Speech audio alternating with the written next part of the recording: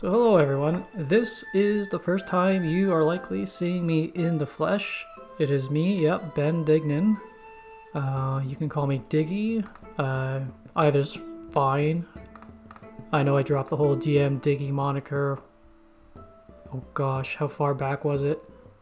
In any case, I've been going by my real name for a long time on the podcast, but Diggy is as much a second name to me, as much as Ben is my primary name I go by in real life.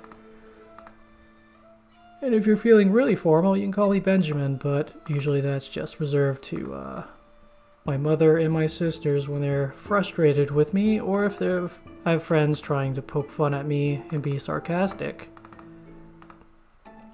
In any case, what this video is, it is a video to state my process in creating the character for this solo campaign I'm running for a cleric up in the silver marches of the Forgotten Realms. The reason this is pre-recorded is I did not want folks just to sit there and have a lot of dead air while I kind of do the administration of filling out a character sheet. I imagine some of you probably would be perfectly fine with that. Personally, having watched some live streams of other people do their thing when they create characters, it can be a bit, there can be a lot of empty air is what I'm trying to say. And I don't imagine I have the type of following that I would have a lot of questions coming down the line to kind of fill that dead air with people asking me questions, us exchanging just general conversation back and forth. So I wanted this to be pre-recorded. I wanted it to be cut and edited accordingly, so this takes as less time as possible kind of to get to the meat and potatoes of explaining and then building out the character. So without further ado, let's make the transition. So this document is both an introduction as well as there's a few tables I'll be rolling on for various other things as we go along here. The setup for this campaign is the year is 1492 Del Reckoning. That's the year of 3 ships sailing. Now I know the Roll of Years was created well before Waterdeep Dragon Heist, so I don't know if the content creators at Wizards of the Coast decided to hint at Jarlaxle there with his 3 ships that he's got over in Waterdeep at the moment. Though I don't know if Dragon Heist exactly takes place in 1492. In either case, the month we are starting out in is Uktar, which is also known as the Rotting. This is the equivalent of November in our real world. The date is the 16th. That's just an arbitrary date I chose. We're just coming out of a new moon, so Shar is very happy at the moment because Selune is not probably barely visible in the sky. My character will be in the Silver Marches to start. Ideally, I want this region to be front and center for the campaign. There's no reason why we can't find ourselves out on the Sword Coast, Everesca, all the way down to Kalmshan if the story dictates it. But the idea is then to get back to the Silver Marches eventually. So I chose the Silver Marches because 1, it is one of my favorite regions in the setting. And 2, given the temperature, the climate, the locale, it's a very familiar setting to me, seeing that I live up in Canada. I'm used to colder winters. I'm used to dreary springs and fall, where it is still rather cool. And then you eventually get into the summer, which can be hot at times. But in either case, it's a environment. The biomes are familiar to me. It's not as well densely populated, say, as a lot of regions out on the Sword Coast are. So the intent is to stream from episode 1 going forward on YouTube. You can consider this a session 0, so to speak. This creation and setup session I want to record, as I mentioned, just to cut out all potentially boring bits like spell selection and the administrative dullness of filling out a character sheet. So these next bullets here are just kind of stating the things that are kind of true about my character. I will be a cleric. There will be no rolling for determining a character class. Because this is Religion in the Realms, though I obviously could have rolled up a paladin, I want just to stick to cleric. Cleric has been my long-standing favorite class in Dungeons & Dragons ever since the beginning. So I'm going to be a cleric. I won't be fleshing out any backstory right at the start. Rather, I want to get the basics down and get straight into it. The idea is going forward in further episodes is to kind of flesh out this character's backstory accordingly. Plus, we're starting at level 1, so in my mind, there's no real reason to kind of flesh out any character bits, because this character very easily at level 1 could die early on, and we really do not want to make that much investment into them. I will be using the Solo Adventurers Toolbox in tandem with my own random tables that I've developed over the years. This can be considered the Session 0, as I mentioned. This is just a framework, creating the character and filling out the character sheet. We will then determine a few other elements from there. The biome we will be starting out in. This could be one of the many forests, mountain ranges, the grassland open areas of the Silver Marches, or even an Underdark region of the Silver Marches.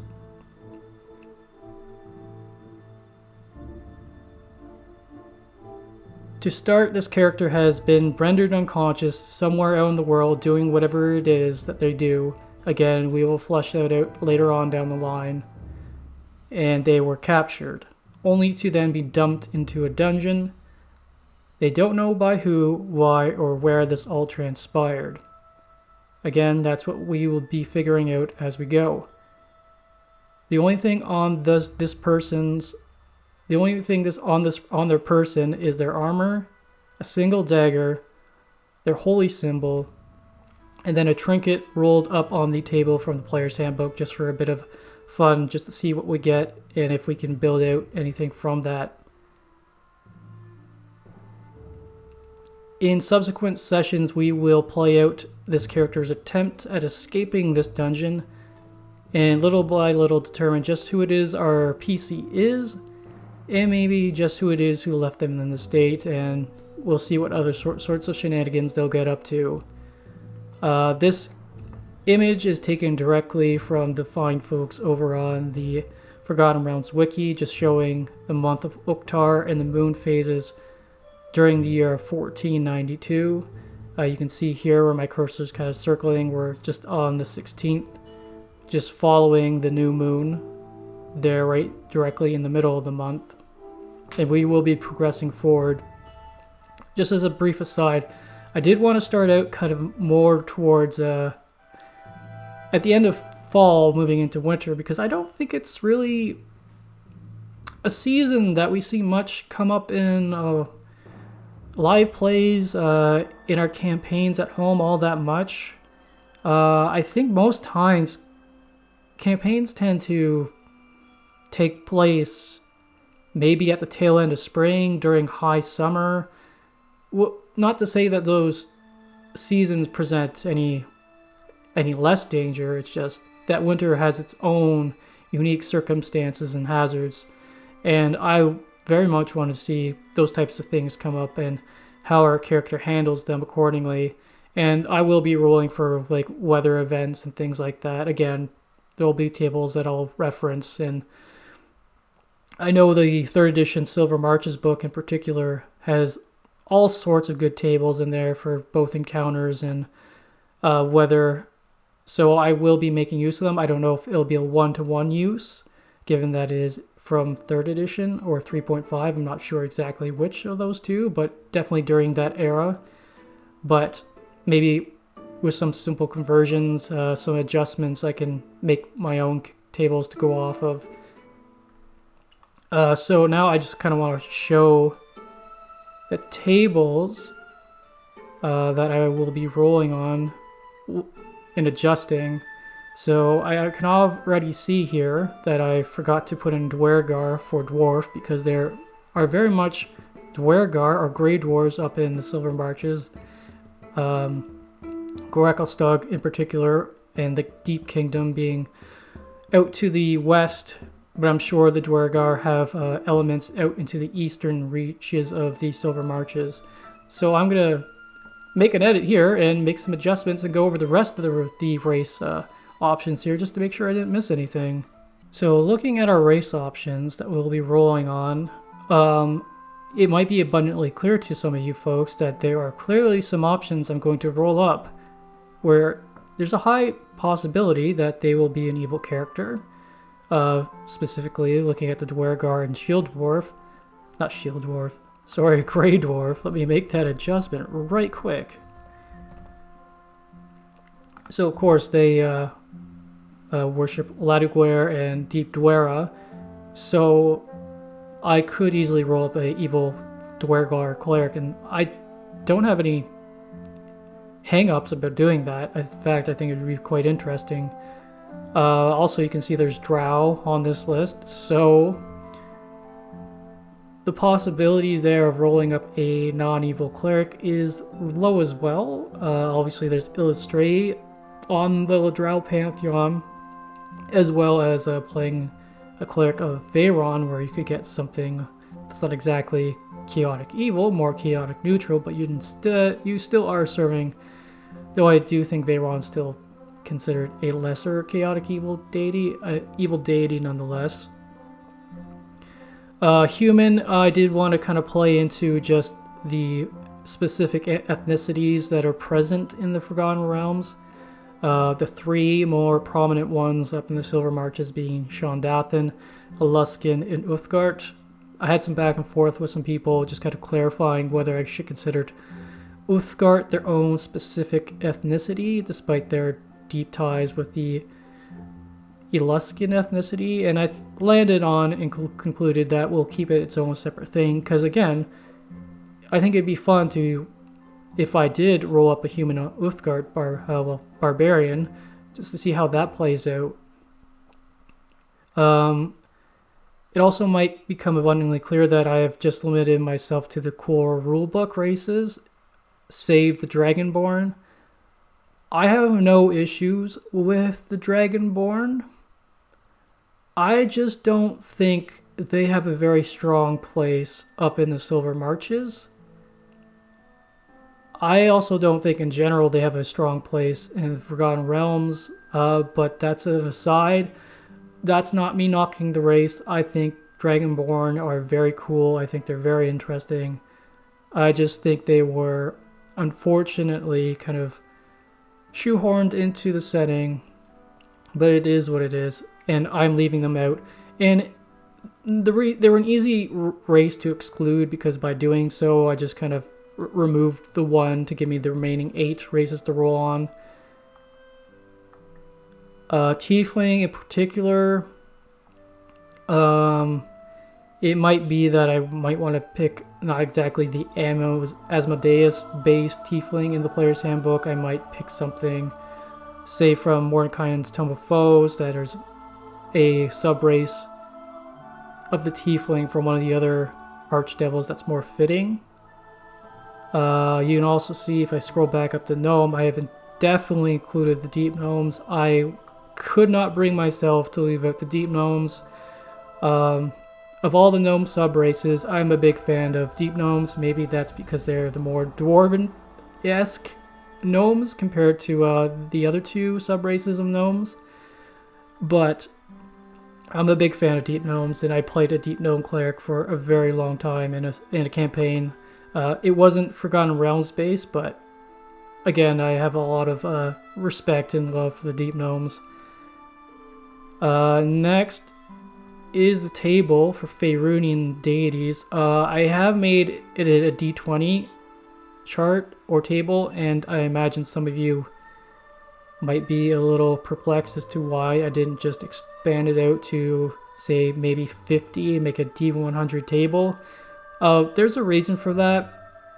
There is a good number of gods that I would not be interested in my character serving, as it were. So I have gone over the Faerunian Pantheon, picked out the ones that I think would be more interesting to kind of play out. And yes, there are clearly some evil ones in there. There are some neutral ones in there. And there are clearly some very good ones in there as well. And I hope to see what we might get. And if I might back up, because I completely forgot to go over this, when it comes to the two half races, the half orc and half elf, it's going to be interesting to see what happens there, because the idea for me is if I do roll up a half elf or half orc, I do need then to determine what pantheon the god they are going to serve and worship comes from, and I'll make probably a simple d6 roll there. The half elf, obviously, are they going to worship someone from the Faerunian Pantheon, or are they going to worship someone from the Elven Pantheon or the Seldarine? And then the half orc, of course, Faerunian Pantheon or the Orc Pantheon. And aside from Grumsh, I really don't know all that much about all the other orc deities, save Shargas, just because I think maybe it's the teenage edgelord in me. I think Shargas is kind of an interesting fellow. Urtrus, I really would not, but I'll still go forward with it if it does come to that. I do not want to play a cleric, half-orc cleric of Urtrus, but that would be fun. I'd like to see what happens there. So next would be determining which biome my character is in. This is the so-called dungeon, the location of the dungeon they're in. So in the Silver Marches, there are 6 biomes, as it were, that you could find yourself in. There's the Underdark, of course, one of the multitude of forests. And I am including the kind of north portion, like the very north portion of the High Forest in this campaign. Swamp, an urban/city setting, a plain/grassland setting, or mountains and hills. And then there are subsequent subtables after that to kind of determine where it is specifically our cleric character finds themselves. Or in the Underdark, they could find themselves up around the Dark Lake, under the High Forest in the northern portion of Oromikos. Oromikos, just one of the more fascinating elements about the setting. The Fardrim, which is located under most of like Old Delzoun out in the eastern part of the Silver Marches. And of course the forest, there's the multitude of many different forests that I could find myself in. As you can see now, the old forest, the Moonwood, Werewood, Coldwood, and Night Trees, they're all currently part of the Glimmerwood that grew to encompass all these separate forests since. And in any case, I will make the differentiation there. The swamp, really, there's only... there are smaller swamps in the Silver Marches, kind of within the various kind of forests as well, but there really is one primary swamp area in the Silver Marches, and that's out in the Evermoors to the far western reaches of the Silver Marches. And then urban/city, either beneath, within, or just on the outskirts. We can determine. I'll probably determine that between session 0 and session 1 if we get this option. All the various different dwarven citadels and keeps and the like. The other major Underdark cities, towns as well. There's Menzoberranzan. I am hopeful that I don't get Menzoberranzan because, oh boy, I do not know much about Menzoberranzan, but I'll be finding that out if I need to. And then there's the other major surface cities like Everlund and Silvery Moon. The plains and grassland area. So the Moonlands, the Woven Vale, Sunderbar Vale, all the various different kind of valleys and grassland areas in between the mountains and forests around the Silver Marches.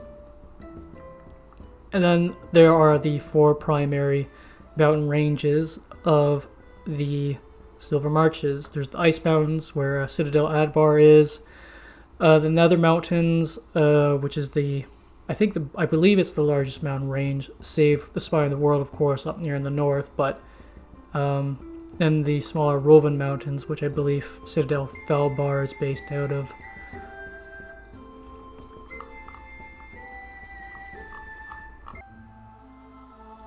To set the scene for the starting point for session 1, we're going to roll up a couple things just to kind of frame where it is that our character is starting out in. So we're going to roll for the dungeon size. I picked a small dungeon just to start. So it's a d6 roll plus 4 rooms, because anything less than 5 rooms is a bit too small for my liking. The dungeon type, we'll roll on the table there in the Adventurer's Book. And then the dungeon starting area, just to kind of find out if we are waking up in a hallway, in a room with no features whatsoever, and there's just a plain wooden door in front of us. We'll see what happens. Alright, so now we're going to get into the actual fun bits of this session. We're actually going to roll up and see what we get. So I have this nice handout here on Roll20 here that we can fill out. And we will start from the top. I'm going to leave name blank for now. That's a name we can come up with either at the beginning of session 1, or it's a name I'll determine in between sessions here.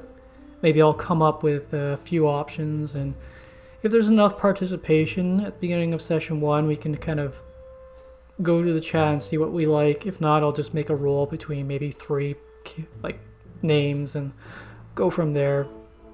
So we'll leave name blank. So the first thing we're going to determine, of course, is race. So we'll scroll back up to our race table. It's not exactly set up in a table, but you get the point. So it's a simple D8 roll.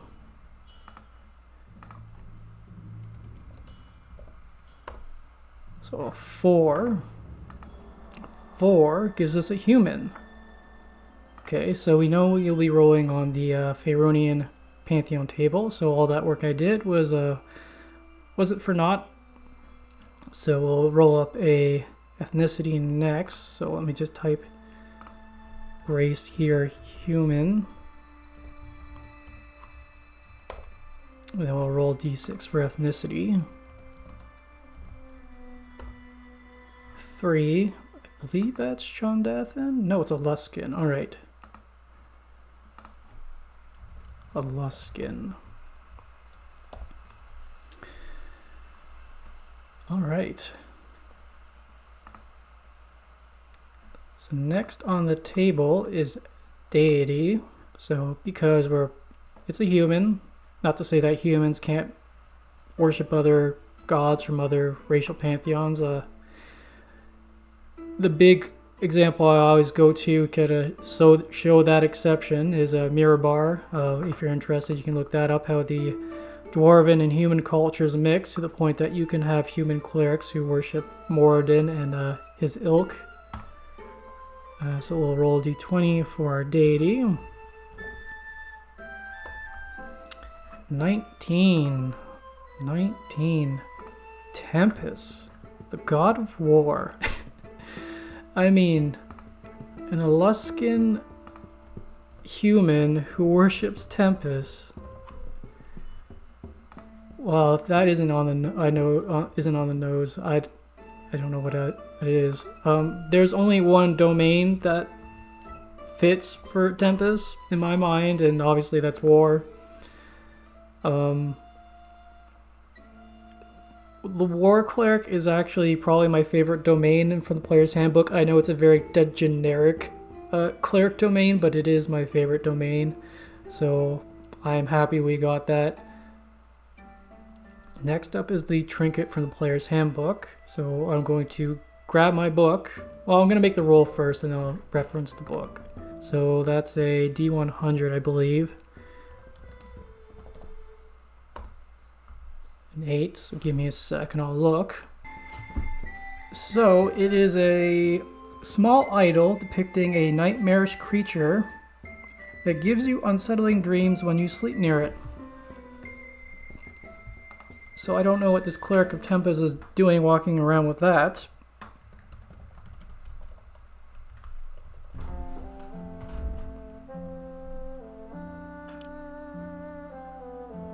So, I mean, I don't know if that was planted on him, or if if that's a trinket he's been walking around for the last little while, trying to figure out what's going on with it.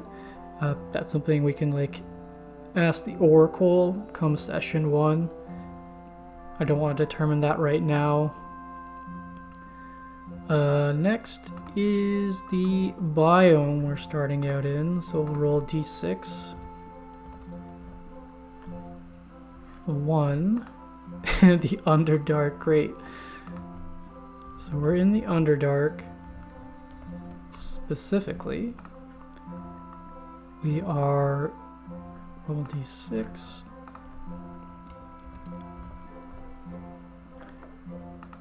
The Fardrim.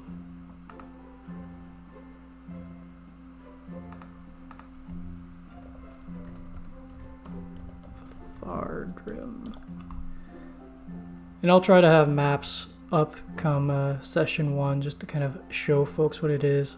Well, I can actually bring up a map here and I kind of show roughly where that is, so just give me a sec.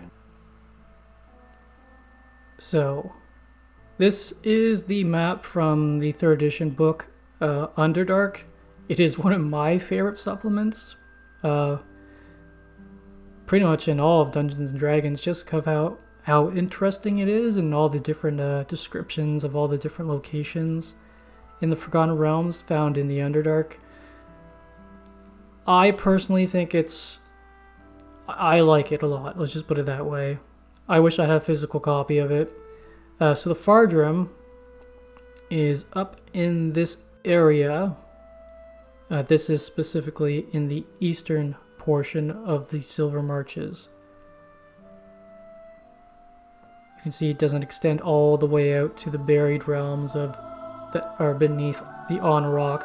You can see Oromykos down here that resides beneath the High Forest, and the Dark Lake and the various different primary urban city locales of the Underdark that some of you are very well acquainted with, like Menzoberranzan, Blingdenstone, and Gracklestoog or Stug, however you pronounce that.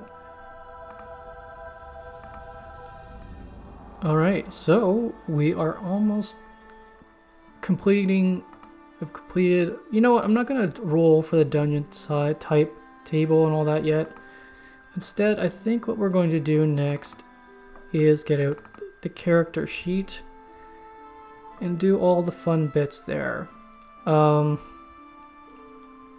last thing really to do to roll up, and I am going to roll for stats, and I'm probably shooting myself in the foot for saying this, we're going to stand by the rolls I make. There's not going to be any re-rolls. The one I do intend to... I was going back and forth in my mind between rolling down the line and then with the kind of one caveat there, 10, where I could take one statistic, say from something like intelligence, and then put it in either strength or wisdom, which are going to be very appropriate for a Temperan cleric. But in any case, what I think I'm going to do instead is just kind of roll up my 4d6 6 times. 4d6 drop the lowest, and we'll go from there and place them accordingly. So let me just make another line here. Rolls for stats.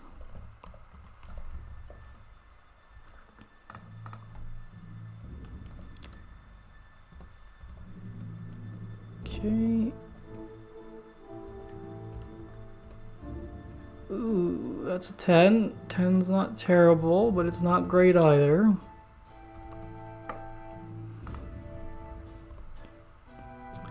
A 9, a 12.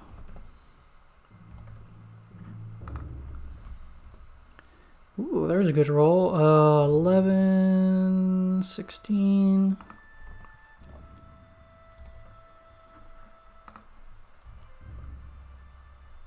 9, 11. 2 more times. 7 and a 9. Well, we couldn't all just have double digits, could we? And that's another 9, I believe. 9. So not terrible. Not fantastic either, but not terrible.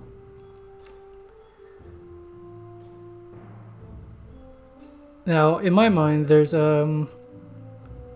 what I like to do usually with the martial type clerics is I don't like to put my highest stat actually in to wisdom. I usually put it into strength. I might do that here.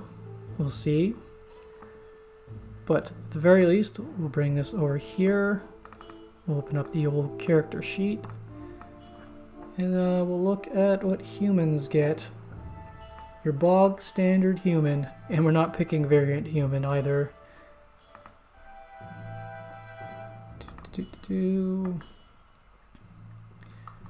In fact, I might just avoid feats altogether. So humans, everything gets pushed up by 1. So just for ease of me doing this, I'm going to adjust these right here. So 12, 10, 10. Alright, so if we're kind of a frontline cleric, my first inclination, I'm going just to do this, 17 strength,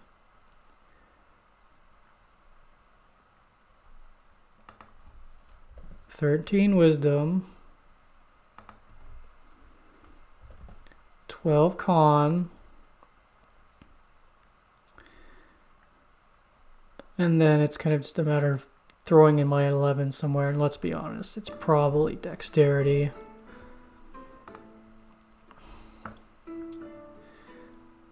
Alright, what I'm going to do is I'm going to build out this character, and if there's a point where I want to highlight something, a decision I'm making, I will come back to it and we'll talk about it. So if I can cut in the character creation, there's a decision I need to make about a proficiency in language.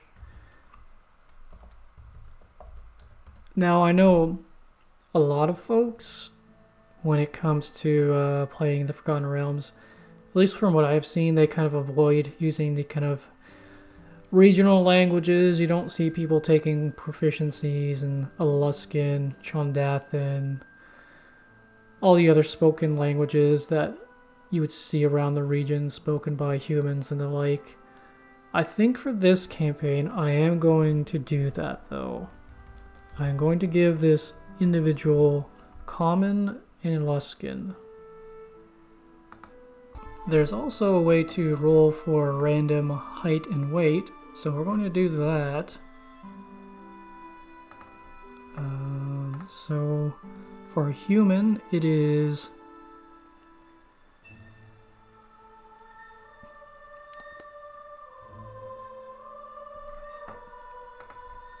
roll 2d10.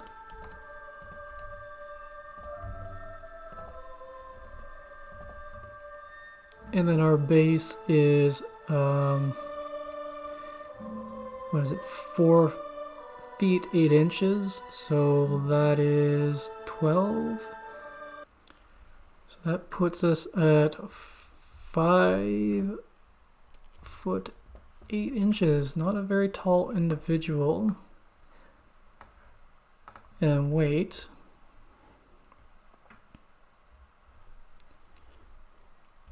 We roll 2d4. So we got 6, and we multiply that by... So we go 12 times 6. So 72. And we add that to 110, so that's 182 pounds.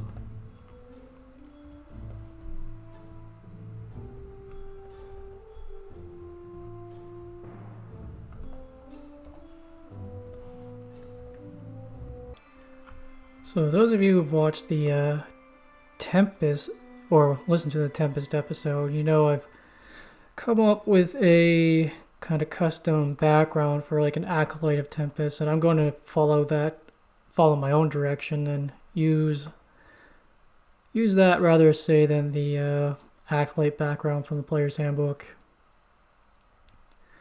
So the custom one I built, I get proficiency in athletics, which makes sense, and then intimidation.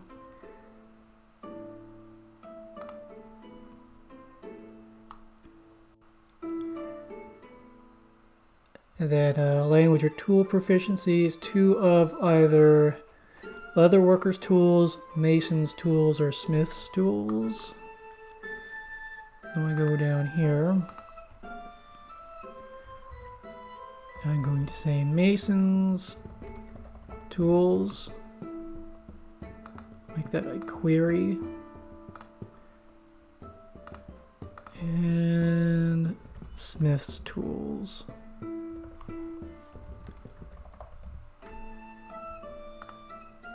Again, query.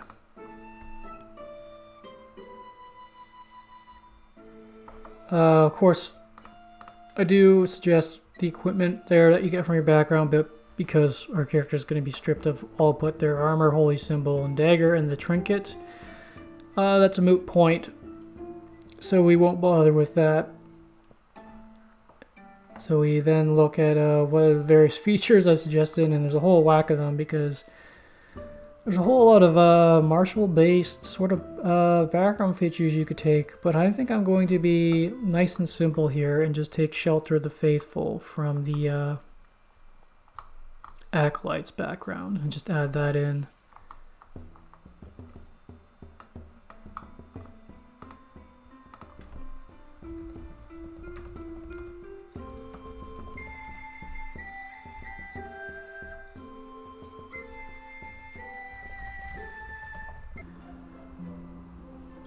Alright, so another thing we need to determine as a cleric are our 2 skills. We can choose from history, insight, medicine, persuasion, and religion. Now, given this is a Temperan cleric, I think 2 stand out as obvious answers, and I'm going to go with history for someone who's kind of, I wouldn't say well-versed, but versed enough in historic battles and the like. And then medicine, because very likely this cleric has some sort of experience out on the field, both in the practical and real-life sense, treating wounds and the like.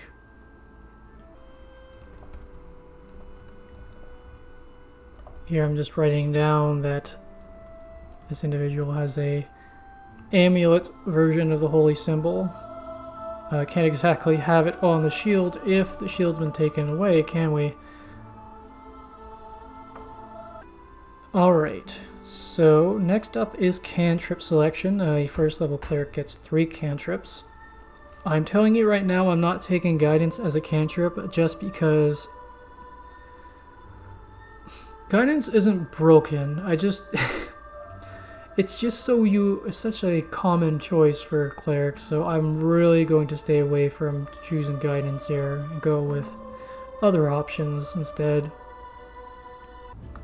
So as you can see, I went with 3 cantrips that definitely are not optimal, but I'm coming at this from the approach.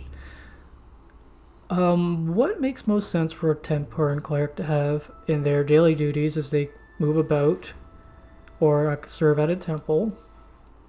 And I think it's evident to me that there are 3 choices. Thaumaturgy for the added intimidating effect to kind of get your point across, or if you need your voice to be heard, especially out on the battlefield. Spare the dying, because you can't have your buddies out in the field dying all that quickly when you can spare them. And then mending, because of course a good soldier always tends through their equipment, and nothing makes you more valuable than someone who can just come on by and kind of use a simple cantrip to mend up a rent in someone's armor, or put together a tear in a strap on a saddle or the like. So I think these 3 are very good fits for a Templar and Cleric. Definitely not the optimal ones, but the ones I'm going with nonetheless. So next up is spell selection. Now I already have the 2 bonus ones you get from the War Domain, Shield of Faith and Divine Favor. As a Cleric with only a +1 modifier, though I can only choose 2 spells to prepare each day.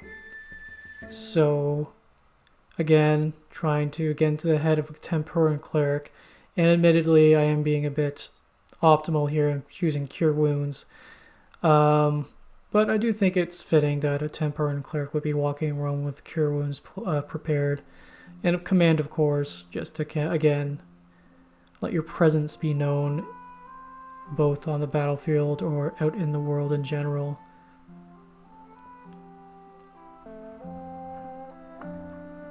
Now I'm going to fill in the rest about this character between this session and session 1. I don't want to sit here and waste any more of my own time filling it all out when I can fill it out at either tomorrow or at a later time. So I'm good with what we have now. And I think the last thing we need to determine for today is the number of rooms in the dungeon we find ourselves in. We won't build it out, we'll build it out as we go, you'll see, but for now I just want to know how many rooms we're working with. So the max number of 10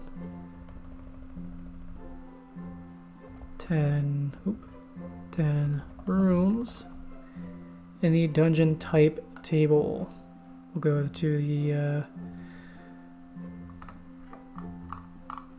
solo adventures toolbox, roll a d10, a 9. So what type of dungeon is this? A guild / cult headquarters. Interesting.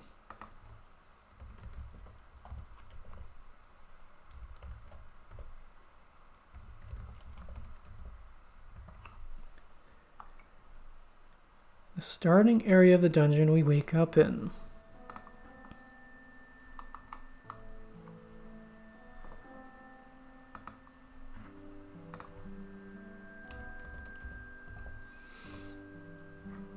Okay, so that's a 3, so a room.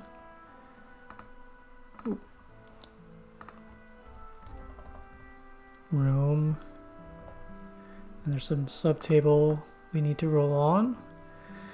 Room / room contents table.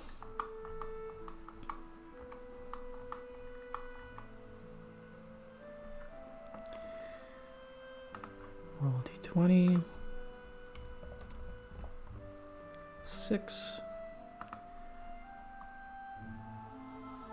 If I can just copy and paste this into the document itself. Let's see. Yep, okay. Square 1d6 times 10, so 1d6 there. So it's a 40 feet on all sides, square room.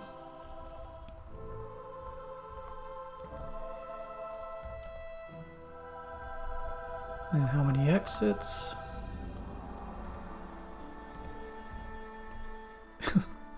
That's a lot of exits off a single square-shaped room.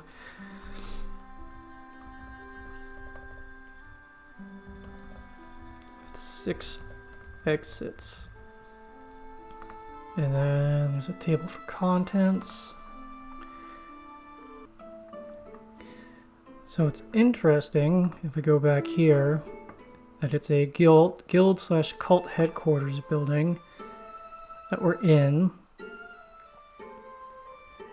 And the Dungeon Master's Guide does not have a table for a cult headquarters. That's fine. I'm going to pick, let's go with, I'm looking at the Dungeon Master's section over here on D&D Beyond.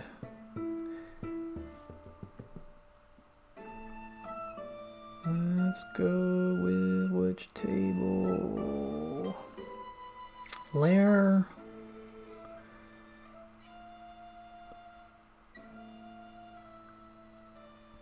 Yeah, I think Lair is a good one to go with. I'm going to go with Lair, so that's a D20.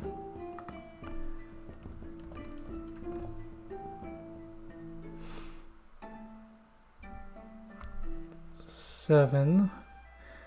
So we're in the cistern or well for drinking water, so I'm going to put a cistern there. We're in the cistern for drinking water. And of course there's the fun current chamber state table to roll on. So I'm going to roll on that. It's that D20 table again. 11. Pool of water. Chambers. Original. Contents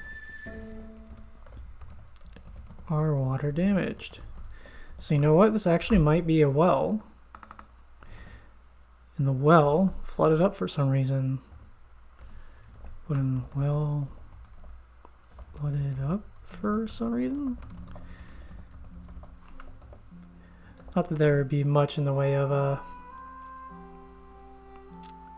furniture and effects to be damaged by water in a room just for a well, but nonetheless, the bucket, the rope, all that good stuff would be water damaged, and who knows, maybe some other rooms are also water damaged out there. And that's going to be fun to determine because guild/cult headquarters. I'm going to have to do some reading up on the Fardrim to see if something fits for that. And if not, maybe we'll just have to determine something come session 1 as we go along, just what kind of cult or guild we might be finding ourselves in. Maybe this is some sort of Zentarum hideout, or some sort of demonic cult or a great old one cult that we've been imprisoned within, maybe for a sacrifice later on down the line, or maybe someone who has beef with Tempest. We'll see. But I think for now, I'm going to save the changes there, just to kind of go back over this little document here. Our starting date is the 16th of Uktar in 1492. We are playing a human, Luskin, who is a Cleric of Tempest, specifically the War Domain. Their trinket from the player's handbook is a small idol depicting a nightmarish creature that gives you unsettling dreams when you sleep near it. Maybe that's some connection to the cult. Something very aberrant sounding. Maybe this is Abolus. Who knows? We are up in the Silver Marches, otherwise known as Loire. We are in the Underdark, specifically the Fardrim, though our Cleric certainly does not know that. I'll show our statistics in a second, as I just kind of briefly show the character sheet. We are in a small dungeon with 10 rooms. It is a place of residence for some guild or cult headquarters, whether they are still occupying it now or not. Starting area of the dungeon we awaken is a square-sized room, the dimensions of which are 40 feet on all sides, with 6 exits. So for whatever reason, this well is kind of a central point, it seems, in the dungeon. A lot of people coming and going to it. It is a water-damaged room. Maybe the doors exiting out of this chamber in particular are water-damaged. Maybe we'll see some rusty metal doors or waterlogged wooden doors. And just to show the character sheet again, let me kind of zoom out a bit so this is a little bit more clear for folks. This is a strength priority cleric, given we're a war domain cleric, up front and center in the melee fray of things. Strength of 17, a dexterity of 11, a con of 12, intelligence of 10, wisdom of 13. Almost certainly, if we ever make it to level 4, we will be bumping up strength and wisdom all at the same time to get those modifiers both up, and a big old charisma of 10. So we have no exact flaws. Our saving throws, of course, are wisdom and charisma for all clerics. Our chosen skill proficiencies are athletics and intimidation from our custom background, and then history and medicine from being a cleric. We have our starting weapon of a dagger. I did not adjust armor class for having chainmail armor as a war cleric, but I'll do that between now and next session. We have the strange idol trinket there. That'll be fun to determine whatever that is. We have the shelter of the faithful background. I'll fill in all the cleric abilities and features here later on. I won't get bogged down in that right now. All this stuff, personality traits, ideals, bonds, and flaws, maybe that's something we determined. That might be like a second session thing, and maybe as we go along playing our first session, we kind of really determine who our character is based on what transpires. Alignment, that's a fun one because Tempest, he's a very kind of... Clerics tend to be from all sorts of different alignment spectrums for Tempest, so maybe we'll roll for that at the beginning of the next session and see what kind of Temper and Cleric we're playing. For our spells, for 3 cantrips as a Cleric, I chose Thaumaturgy, Spare the Dying, and Mending. And then for our less than our small smattering of Cleric spells, I have Cure Wounds, Command, Shield of Faith, and Divine Favor. Those last 2 coming from being a War Domain Cleric. These 2 being the 2 I chose for the day our clerics set out only to kind of get ambushed or poisoned to the point of knocking him out, whatever the case might be. We'll figure that out. These are the spells he had when he's just going about his day, so to speak. And I guess I keep saying his, so I think we will be playing a male cleric. That seems reasonable to me. So I think with that, that's enough for today. We have a nice setup here. I usually run or play a D&D or any other tabletop game on Sundays. If I'm going to stream session 1 in any subsequent sessions, it's likely going to be on a Saturday. I'm not sure which day I'm going to choose. I do know I have a Monday off coming up soon. I might stream on that day. That is on the 20th. We'll see. I don't know if this video will be cut and edited by then. It might very well might be. We'll see. But hopefully this is seems interesting enough to folks, and we'll see you there for session 1. I'll be sure to put up notifications on both Twitter and other social media and the like, just to kind of let people be aware that this is something that's going on, and what day I will set out to stream session 1. So yeah, so hope you all enjoy your day, and I'm kind of looking forward to see what happens with this human Temporan cleric who has found themselves in sort of someone's headquarters down in the Underdark.